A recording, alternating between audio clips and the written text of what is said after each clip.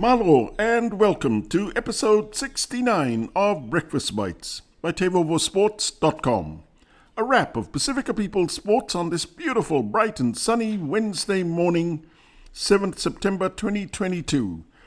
Coming to you from paradise on the 180th meridian in the middle of the Pacific Ocean.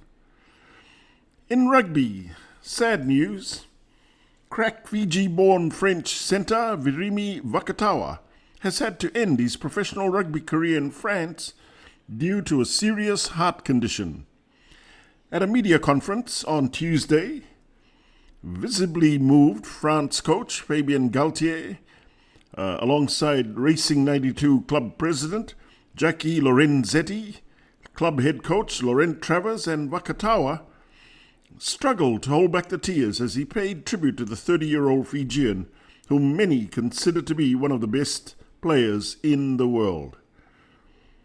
Galthié said, "Fate meant that Virimi played his last 3 games with the Blues in Japan."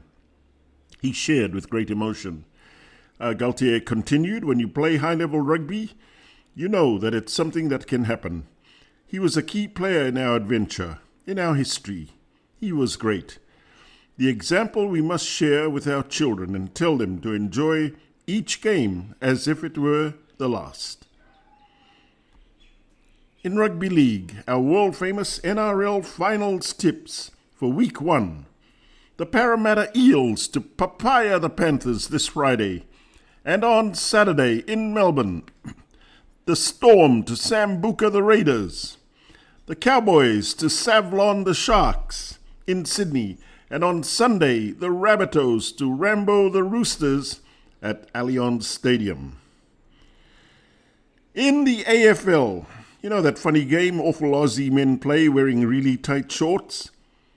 The AFL, has signed the richest TV deal in Australian sports history, with the incumbent holders of their broadcasting rights, Foxtel and Seven, worth $4.5 billion over 7 years from 2025.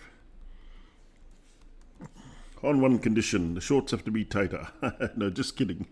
Apparently, Nine offered 500 million Australian dollars a year for the free-to-air rights, but missed out. Unfortunately, despite all their riches, the AFL still has a serious racism problem.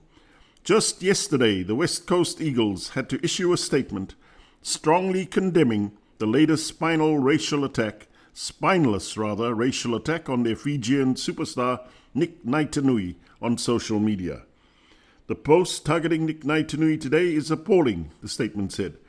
"Offensive on the highest possible level, and once again illustrates how far we have to go in educating society that attacks of this nature are intolerable. The vast majority of Australians understand the hurt and offence that abhorrent posts of this nature cause, but unfortunately a small minority persists with these vile social media posts."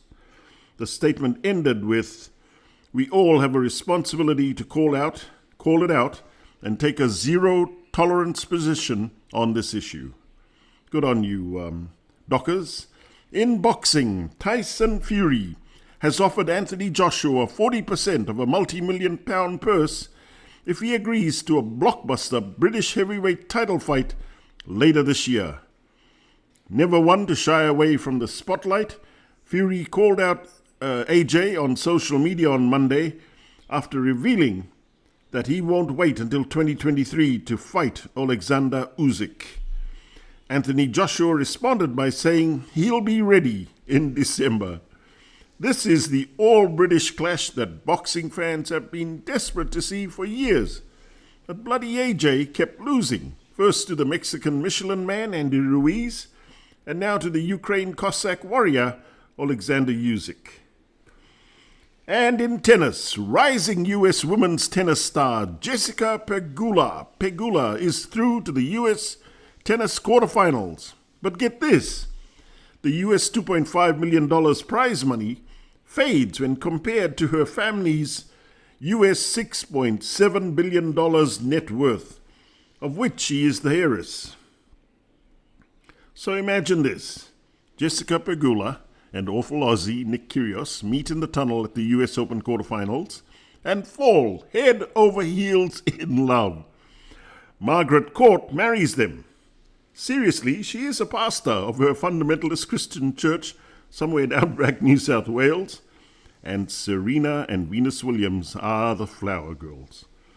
Yay, another Hollywood blockbuster. For TEIVOVOsports.com, I'm Calden Khmer. Mahalo, vina, and thank you.